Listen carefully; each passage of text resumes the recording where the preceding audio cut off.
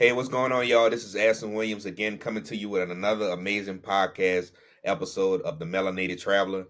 Man, I got a special guest in the building. I'm super excited to dive into this episode. And before we even get into the guest, man, y'all already know what we advocate, man. We trying to inspire the African diaspora to travel the world, to share amazing destinations, and to have amazing people like Navad here. So I got a guest, man, in the building. This is something new that y'all never heard before, man. We about to dive into that van life on this episode. We about to dive Hey, into let's that get it. van life. So this is my man Navod McNeil, man, aka Navod the Nomad.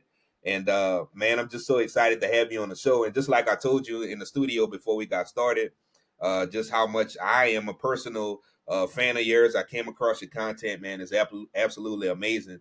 And I got to brag on you for a second, man.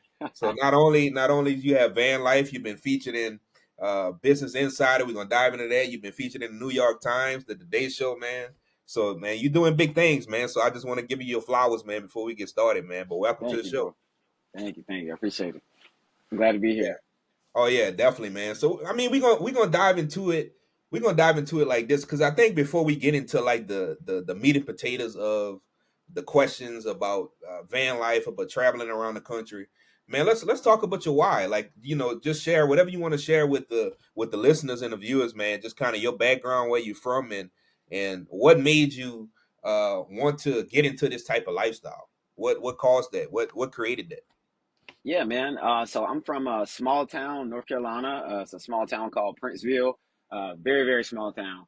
And so yeah, people are definitely not doing anything like this. We might do a little fishing, a little something like this, but camping and RVing, that definitely wasn't something we were doing.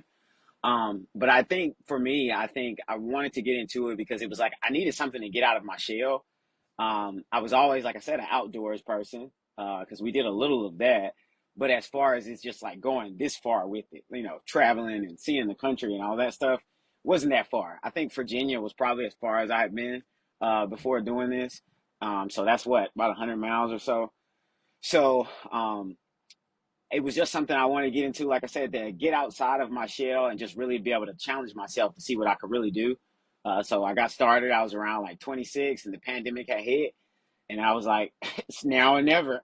Yeah, So, I just bought the van and went for it. And so from starting from the very beginning to making the decision to do this, because I was a person where I always would second guess myself, talk myself out of everything. So mostly all I did was go to work, go home. That was my life.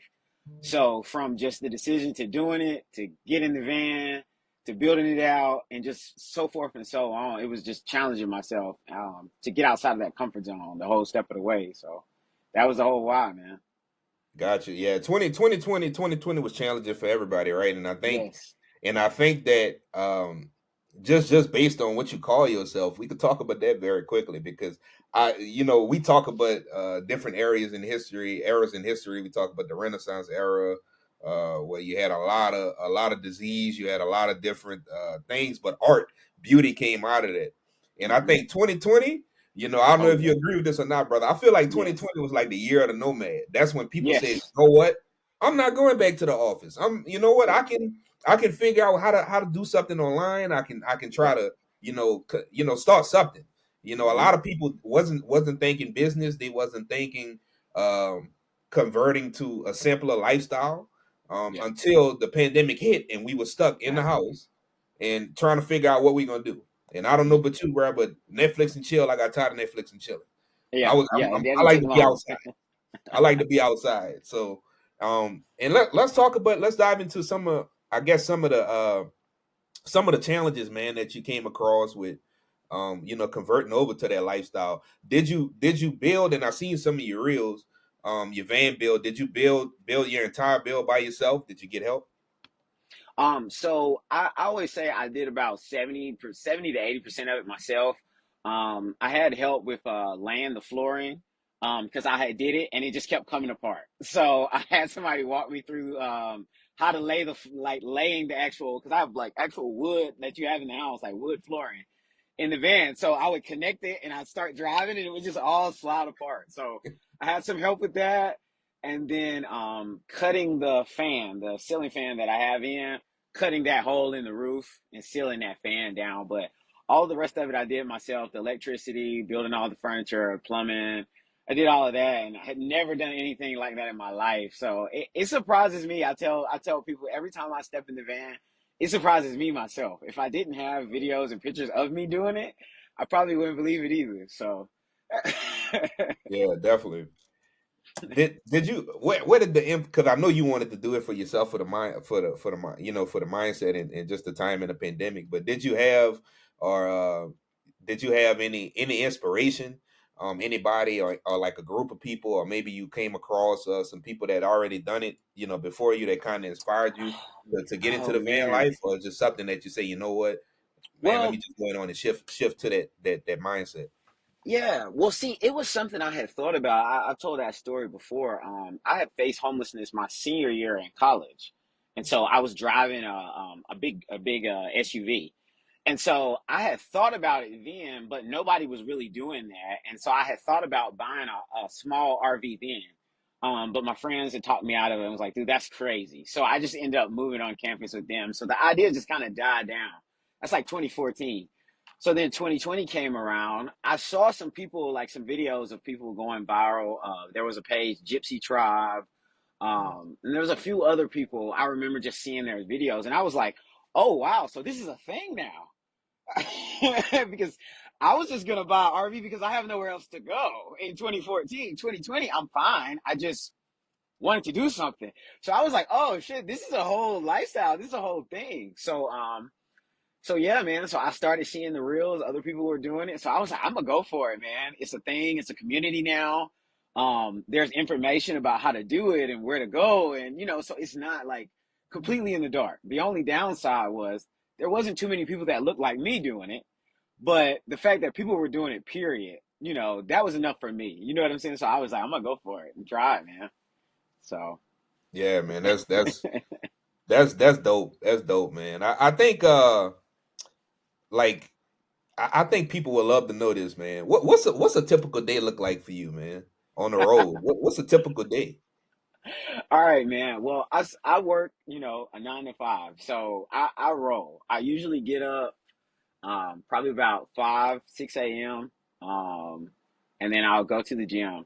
The last few weeks I've been getting up and actually working out at the gym. I'll be honest, the last few years before that, I was just going and showering and then going to work. So now I get up, say I actually work out, shower, have some breaks and stuff like that, and get started and work. I go to work about 10. And so then my work is pretty much like project based. So it's kind of like if I know there's something in particular I want to see, I might head to that park in the morning. So that way I'm like working from the park. So then that way, if I get some free time over my lunch break and when I get off, like I'm going back and forth. So like it doesn't look like Yeah, it in the real, but in real life, I'm walking back and forth from the park to the van, to do some work or to eat or whatever, and then I'll go back to the park. So that's kind of how it is, like if I'm actually trying to see something. But if there's really nothing going on, I'm either, hanging out in the van, at a coffee shop or at a friend's house. Because like I said, my work is fully remote. So it's just, one of those places. But yeah, man, that's really about it. I really roll. That's what you'll see like on my content on like TikTok. I'll document like if when I'm heading like state to state, then it's like really fast paced because it's like, okay, today I'm in North Carolina. Tomorrow I'm in South Carolina. The next day I'm in Georgia. So it's like it's really yeah, fast paced if it's like I'm trying to get somewhere. So I'll try to drive 2 to 3 hours a day. I might split that up between like the morning and the afternoon, and I'll try to drive like 2 to 3 hours to try to get to wherever I'm going. But I mean, it's fast paced and it definitely starts wearing on you as you get older. And it's like, I'm not even that old, but it feels different than it felt at 26, than it does now at almost 31. It definitely feels different. So it's fast paced. yeah, definitely. So, bro, 48 states out of 50, bro. 40. Bro, it's What's the two? crazy, What's the man. two that's missing? What's the two that's missing? I got Alaska and Hawaii. Hawaii, you obviously can't drive to that one. Alaska, I got to upstate Washington and I punked out. I was like, I can't do it. I can't do it. I'm just gonna fly there, man. I can't do it. Hey, I'm gonna take this time. I'm gonna take this time to give a shout out to melanated and the unpopular black. She's like an outdoor promoter for blacks being outdoors, and she's from Anchorage, Alaska, bro. Yes, yes. She's I from love her Anchorage. content.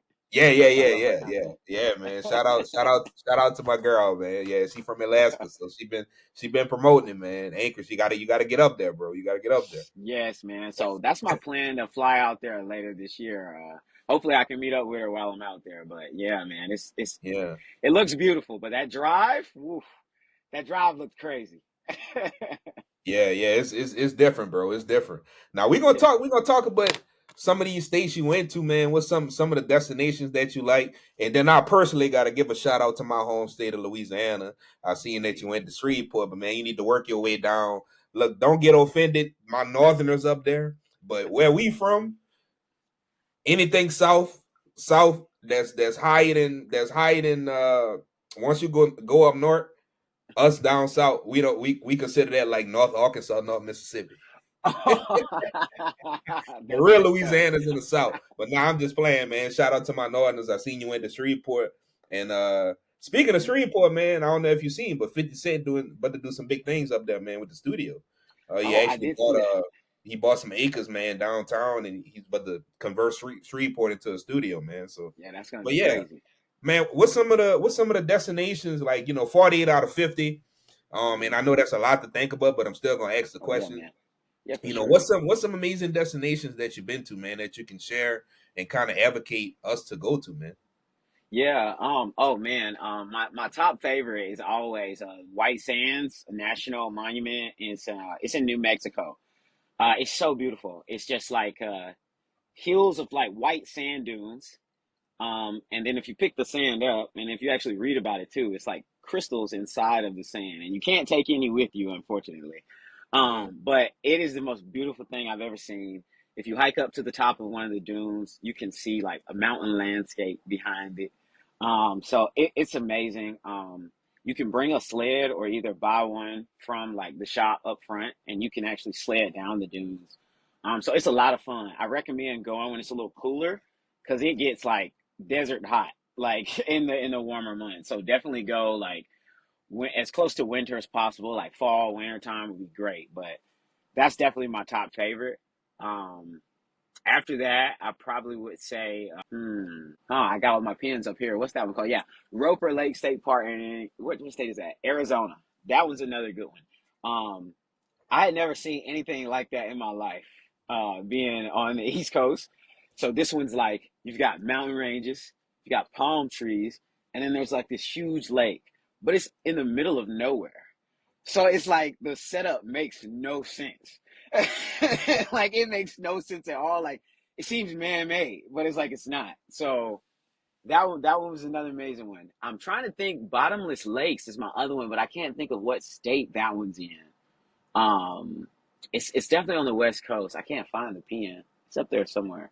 But Bottomless Lakes is amazing too. It kind of gives you that Utah type of feel. They have like the red kind of like red mountain rock formations you can try to drive through.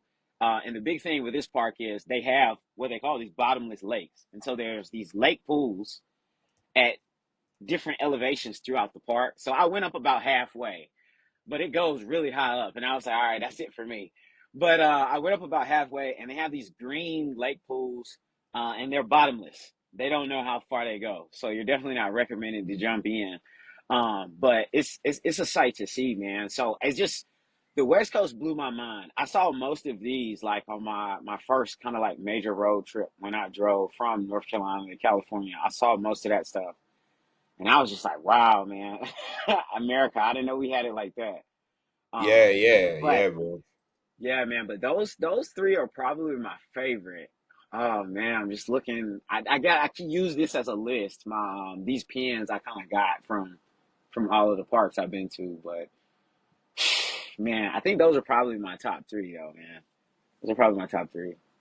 Got you, man. Let's talk about the food, man. You've been in a lot of places, man. What's some of those states that kind of shocked you, that stood out for you? Yes, yes, man. All right, man. So I'm plant based, but I still go for like soul food, plant based food. You know what I'm saying? So it's got to Mhm. have some seasoning. um, so Utah caught me off guard. I Come, did not come on. expect that. What? Utah? Salt Salt Lake City, Utah can burn. I did Bro. not expect that. Did not expect it at all. Um, what else was another good one? Um, I don't know. Charlotte was good. Charlotte, North Carolina, that one was good. I guess I don't know if I say I expected it or not, but that one was pretty good. But Salt Lake City is probably the main one that that one completely blew my mind. Like I'm just eating the food like, from quesadillas to mac and cheese to burgers to like just what else? I even tried tofu bites. There was pizza. Like I just tried all different types of types of stuff, and it all hit. So that was probably my favorite and most shocking, probably. Yeah. So, bro, come on now. Now this is my time to add. You probably already know what I'm gonna say. Man, you gotta make your way down to New Orleans, man. I do, man. I You do. gotta make your way down to New Orleans, man. And I get that do, man. real. Get that real. You talk about plant Yes. based, man. We got a million restaurants in the city for you to go to, man. You already know what we Okay. do down here, man. Hey, let's do it. Let's do it. You I'm gonna already make that know, plan. man. I'm gonna make that Yeah, bro. plan and do it. You gotta check it out, man. You All gotta right, check bet. it out. Man, let's talk. And this is a question by one of the viewers, right? So they actually asked like a day before our interview, um just some of the challenges, man, like since this type of podcast is the Evergate for us, they were interested in knowing some of the challenges you may have experienced, or maybe some things, and I'm not specifically talking about racism. I'm Mhm. just talking about challenges that you've had while going through some of these states, primarily the southern states, and maybe some states that maybe shocked you, that the vibe, But what type of challenges, like as you've been traveling the country, that you've seen, or you noticed, or it's just based on the culture of the state and you just had to adapt to it? Mhm. Hmm. I'm trying to think. Aside from like some small, like you said, aside from small racist stuff here and there, I haven't had a huge issue. Other than like you said, other than like if you go up north, the people don't have as much southern hospitality, so it's like Mhm. really fast paced, hustle and Yeah, bustle. they don't speak. Yeah, yeah. So they're like, so that's different, so it's like each time you get to a different region, kind of adjusting. But my family's from the north, so I kind of expected that one. But then I think it's regardless of the region, I think it's when you get in places that they don't see a lot of black people. I think that's the same thing as like if you're going out of the country too, and especially a lot of black people in this space.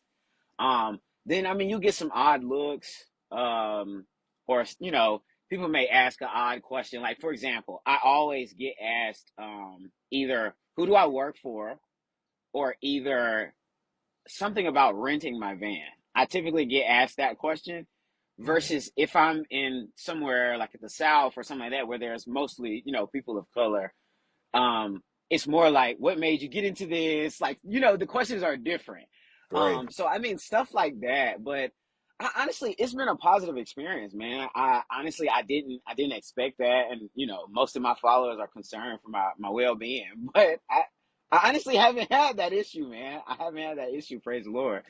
But like I just said, that's just a small thing there. Like I said, if I'm in somewhere like North Dakota or somewhere, and then I stop at a Theodore Roosevelt National Park with my van, I'm the last person they expect to hop out. You know what I'm saying? So Yeah, I yeah, don't. that's facts. That's facts. That's Yeah, facts. so it's like, but I don't take it offensive because yeah, it is surprising. So but like nobody's ever like done anything other than look, you know what I'm saying, to make me feel uncomfortable or anything like that. So it's been a positive experience for me, man. But I do tell people also though, but coming from the South, I know people may be familiar with like the Greenbook and how people of Yeah, color kind of traveled in the past. And so I always tell people, I guess, like my parents are older, so they kind of grew up during segregation and things like this. So that's how they travel. That's how we grew up traveling. So I just kind of naturally travel that way. So like for example, I only stop at like major gas stations. that are like posted on the sign. I'm not doing the mom and pop gas stations. It's not happening. I don't ride with my gas tank below half. I've always got food. And these are in the Green Book. And I didn't know that until like the movie and all that stuff came out. Yeah, That's when I found it out and I correlated the two. And I was like, we traveled like that all my life growing up. So it's just kind of like, so I think that's another thing that I tell some people. I think that maybe part of what's made my experience more positive and different is that I naturally travel those ways. So I'm not in certain areas, so like your sundown towns, I'm not stopping there anyway because it doesn't follow the guidelines that I was taught to travel by. I wasn't taught about sundown towns. I was just taught this is how we travel. You see what I'm saying? So it's kind yeah. of like it's that kind of thing. So unfortunately, like fortunately, I've been able to circumvent those type of issues. Thankfully. So for those, cause me and Navad, we don't have to. He don't have to ask me what a sundown town is. Yeah. But for the listeners and for the viewers that are not originally primarily from the deep south. So what a sundown town is as a person of color, anybody of color. That's a town that you do not want to be in whenever the sun Hmm. goes down. So that's Yeah. why we say sundown time, just for clarity for everybody to understand. Yeah. Right? We get it because we from the Yeah. south. But for Yeah. those that are from the East Coast, West Coast, or you may some of the listeners that maybe listening abroad that want to start exploring America, Hmm. and you're in the diaspora, you need to listen, right? So we still have sundown towns here. You don't Yep. want to be around certain towns at night. So that's what we mean by sundown towns.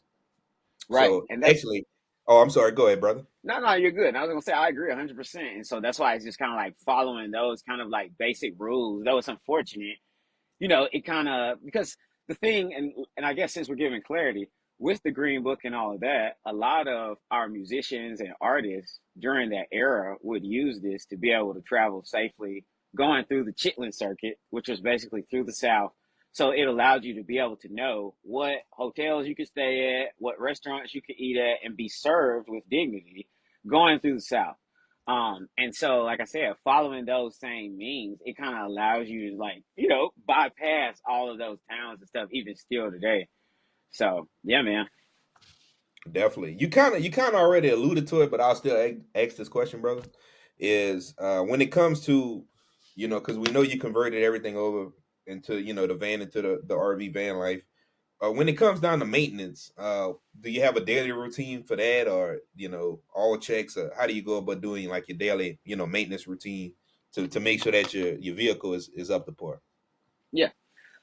So if I'm gonna be moving around, I'm definitely will be checking like getting a fluid check. Some people don't know. I might stop at like they have like the instant fluid places, the quick lubes now, like a Hmm. Valvoline or something like that. They'll do a free courtesy check. So that's something I started doing because I'm not carrying all those fluids on deck. So I'll just stop by one of those. They open up pretty early. Let them check everything. If something needs top off, then they'll do it. But if not, it's like I said, it's a free check. So that I check and I'll check my air. So that's kind of something I'll do if I know like I'm really gonna be putting some miles on. But as far as like the back of the van, like the living space and stuff like that, it's mostly like dumping your toilet. You know what I'm saying? That kind of situation. Because I have like a porta potty, like a portable porta potty. So dumping that on a regular basis, and then your water system for like your plumbing. So dumping your dirty water and putting in your clean water, like that kind of thing. So that's really about it. The toilet and the water, maintaining those, and then just regular grocery. So I think that's just kind of as needed stuff. But like as on a day to day basis, no, not really too much. Gotcha. Man, let's dive into, man, some personal growth and reflection for a second, because for Yeah. one, man, I told you before in the studio, man, this your story is just so inspiring, man. You got me wanting to look on Facebook Marketplace right now for a bus or a van and Right. try to figure out how to. I may be calling you to get your ass over here to help me build it, but Let's get it. hey, you got me thinking like, man, Yeah. like maybe I need to start looking into this. But from a personal growth and I guess a reflection standpoint, um, man, what have you learned about yourself through this journey? That's big. What have you learned about yourself? since Oh God, 2020, man. bro. I mean, we in 2024. What have you learned from yourself through this journey, this 4 year journey? Like it sounds egotistical, but like honestly, I'm still just trying to find like where the limit is. Because before the limits that I had on myself were like so small. Like I just feel like I couldn't even do basic things. Like I don't even know if I had rented a car before. Like it was just small stuff. I just didn't feel confident in myself doing very much of anything. And so it was like, pushing myself out there to do this. I'll try anything at this point. I'll try anything once. I'll ask anybody. I'll go, anywhere. Like I'm outside of my shell. And if I like it, I like it. If I don't, I don't. You know what I'm saying? But I think that's just been that biggest thing for me. Like I said, it's just that finding out that I know, at least for me, and I feel like it is for other people, that limit is endless once you bust out of that comfort zone. Like Mm, whatever that comfort zone is of yourself, once you like just make a clean break through that thing, the limits are endless because you just keep challenging yourself from there, trying to see like, well, I wonder what if I could do this, and what about that, and what about that, and it just keeps getting higher and higher. You know what I'm saying? And so that's yeah. been my favorite thing. That it's just like it's just the growth has just been endless, and I'm just always looking for some other way to challenge myself, whether it's in something like travel related specifically, or is something in like career wise or just whatever. I just like the limits and the blinders just come completely off. At least that's what it did for me. So yeah, man, it's been great. Definitely, definitely, man. Do you see? So, they had another question. I see here. They got another question. Is the viewers, the listeners want to know: once you knock out the 50, are you interested in going down Mexico through Central America and visiting those countries? Since it's all connected, since it's America, it's America. Yeah, yeah. Nah, I don't think so for me. I've flown to Mexico. It was nice, but I don't think so. I've seen there's a page, Brown Vanlife. I can't even think what the highway's done, but they've done like America, they've done Mexico, and like how it all connects together. Like they drove all the way down. They just finished. I think it was like either last year or earlier this year. So I think they're probably the only person that's done that like all the way around. But yeah, no, that's it for me. I since I finished up the 48 last summer, I've just kind of like just been bouncing around, just going back to places I enjoyed and Mhm. maybe seeing some new stuff. Like I've been bouncing around Florida lately, seeing some stuff I didn't get to see when I was here last. But no, I think that's it for me. We're keeping it in America, and then everywhere else we're gonna fly. No, no, no. I feel it. I feel it. Cause I look. Hey, cause the first thing I was gonna tell you about the Mexico, and again, to all my Mexicanos, no disrespect, Yeah. but you go down the wrong road in Mexico, man. Yeah, and that's the Mexico's thing. different. Yeah, Mexico yeah, is and that's different. the thing. That's the thing. And some people I know personally, that's happened too. And I wasn't even gonna bring that up, but yeah, like I Yeah. had some folks No, no. recently. We gotta let them know, bro. We gotta let them Yeah, know. You know? there's a couple recently. You can go and watch their page, Tanaj and Faustino. They're a couple. The wife's African American, husband is Hispanic. He's of Latin, and so they got their van taken. I'm not sure if they were able to get it back, but they got their van taken when they were just driving through Mexico here recently. Wow. And then I saw some people before that. I can't remember who that was, but this was Gypsy Tribe I was telling you about. They just ran. I think it was at the border. They ransacked their van. I don't know why, but like border patrol people went all through it, just turned it upside down, had them sitting outside the van, and I was like, oh no, it won't be me. Just the checkpoints going through, what is it? Is it Arizona or New Mexico? You start seeing immigration checkpoints once you start getting in that pocket going into California. Those alone scare me. So I know I'm not about to drive into Mexico.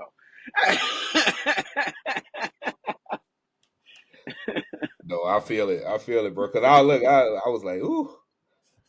I Nah, said, I my can't boy, do my it, boy man. might have to send me his might to send me your location on WhatsApp or something, man, so I could Listen, keep in touch with listen, you. listen, man. That's a rule of thumb for real. Try to keep that location shared to like three people at all times. Oh yeah, definitely, definitely, Yeah, so somebody's always looking for me. definitely, definitely, bro. But speaking of like community, because I you said that like so many times already. How do you connect, like when you travel like to these different states? How do you engulf yourself in their culture? How do you connect yourself with the local vibe, the local feel, or maybe it might not be the community itself, but other travelers on the road that you meet? Okay. Well, believe it or not, social media has been really good, and that's been one of the things. Like, regardless of like time or how the algorithm is, I always like keep active on social media and keep posting because that's literally how I've met a lot of people in this lifestyle. Especially like TikTok and stuff like that. Because if you post, and you tag Florida, it literally goes to everybody in Florida, even your followers that are in that state, it seems. And so I've had people tell me, hey, you can park in my driveway. Hey, you can park in my carport. Like, so even if it's just parking or somebody telling me, hey, check this place out while you're there, or, just simple stuff like that. So social media has been a really huge one. Like I said, TikTok for sure. Aside from that, the app Seeker, SEKR. It's one of the apps that van lifers use to find like overnight parking and stuff like that. They also have kind of like a social media piece to it, to where you have a profile and you can add people and stuff like that. And then you can also like find people that are around you, like within a certain 50 to 100-mile radius. And so if you guys want to link up, you could do that. So yeah, man. So honestly, just mostly like apps and social media and stuff like that. And then using Eventbrite's been another good one as far as finding like events. So if it's like, oh, there's like a festival or a market or something like that going on, then that'll allow you to be able to actually get into the city, because that's stuff that people that only really live there usually know about. Um, but yeah, man, just social media, Eventbrite, and then most of the time just trying to do like some city. I try to bounce back and forth between like your city camping, and then so that would be like Cracker Barrel, Walmart, or paid parking Oh lots yeah. in downtown, that kind of stuff. I bounce back and forth between that and then being in the more like nature. And I do that so that way, like you said, you can get in the city, in the culture feel. So like I've stayed in downtown Durham, downtown Boston, downtown Denver, like anywhere, like I've stayed in these places. And so that allows you to, like I said, if you stay there, there's a spot I stay at in Jersey City. Literally right behind me is the Manhattan Harbor and Manhattan skyline. And so usually, by the time I wake up in the morning, there's some kind of festival going on outside of the van. Like if I stay during the summer, so that's another reason why I'll do that. Like staying in the city because there's something always going on. You can just pop up on. Hey, So look, man. You yeah, missing man. you missing essence. You missing essence right now, man. Essence about to start, man. I'm just look. I got to promote the city, man. I got to promote the city. Next year I'm gonna do it, man. I got to Yeah. do it, man. Look, they got Essence Fest, they got Voodoo Fest, they got uh Jamaican Fest, like Jerk Chicken Fest. Like, Ooh. I'm telling you, man. I'm telling you. Oh, also, you need to come down here. For those that don't know, well, no, this is actually my first episode in a minute, so I haven't told the viewers and the listeners. So I just recently moved to Nebraska, and we actually have it's a group of they actually have an Afro Fest, man, here in Omaha in September, man.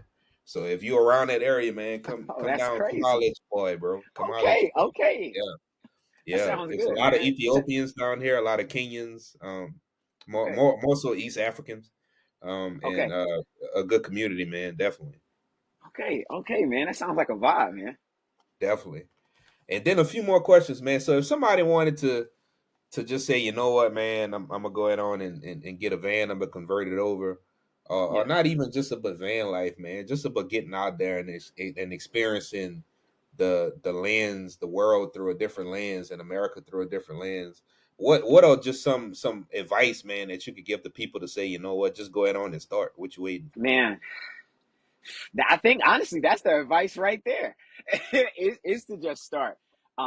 Because it's like I was one of those people where I would just plan myself out of ever starting. Like I would try to get all of my ducks in a row, and then once I would get those things lined up, I would come up with something else. And so it was just kind of like we spoke about earlier. Like I said, the pandemic hit, and I was like, there was just no better time than ever. Now I don't know what's gonna happen. So So it's just like you really just have to go out there and just do it. Some people will say if it's van like they want to do, or they'll say, oh, well, the particular van they want may be too expensive, or I work too much, or I've got kids. I got to wait till my kids finish school. That's when I hear a lot, stuff like that. Mhm.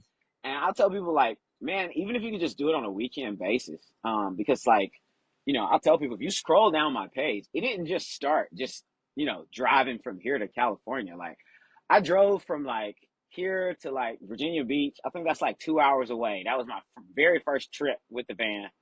After that, I think I went to Folly Beach. That was about 4 hours away.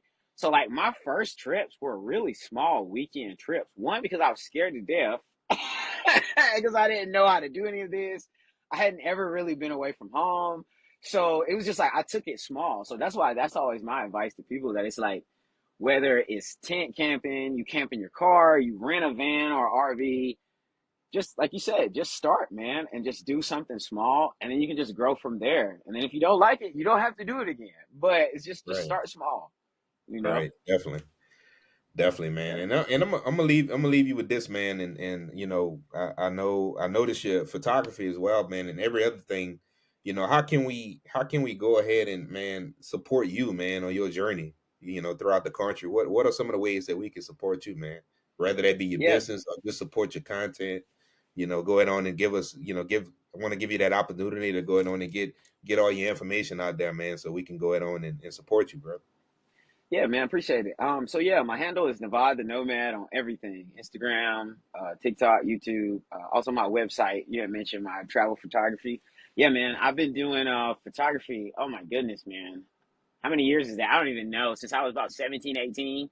And so then I kind of switched over from like weddings and portraits and stuff like that to doing, the nature and the landscape, travel photography, stuff like that the last 4 years. So, yeah, man, I've been building my portfolio. So definitely, man, you can shop the prints on my website, navodthenomad.com. But yeah, man, thanks a lot for having me on, man. This was great. Oh I yeah, yeah, no appreciate it. problem, man. No problem. I told you, man, you family now. So I already told you in the studio before we started. But now, man, I just really appreciate you having you on, man. And again, man, looking forward to more collaborations in the future. And For sure. man, the way we always in these episodes, brother, is I'll see you at the top because the bottom is Hey, just too crowded, brother. I appreciate hey, you, man. hey, let's get it. I'll see Yes, you there. sir. Let's get it. All right, Hey. bro. Peace.